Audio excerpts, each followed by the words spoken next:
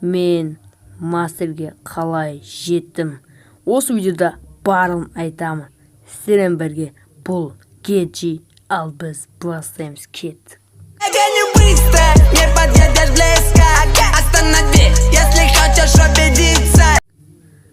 Так, достар, өздеріңіз көріп отқандарыңыздай мен мастерге жеткен болатын.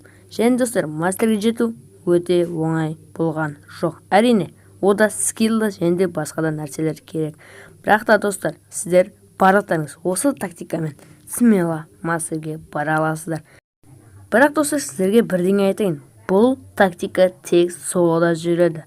Мысалы, сіздер дуо немесе отряд ойнасаңыздар, сіздердің дуоларыңыз немесе қастарыңызға, напарниктеріңіз сол Катюшаға түспесе, онда сіздер отрядқа немесе дуоға қаратып, сіздерді жан-жақтан қысып, біреу арттан, біреу алдарыңыздан өлтіріп тастауы мүмкін. Сондықтан достар, бұл тактикамен сіздер тек соло ойнаңыздар.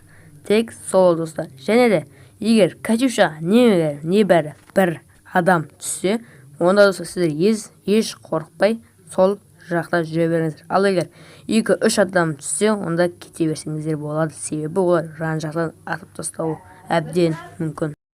В общем, достар, мен советтерім сіздерге ұнады деп ойлаймын. Сіздермен болған мен Кеджи. Арнаға тіркеліп лайк басуды ұмытпайық. Ал біз видеомызды аяқтаймыз.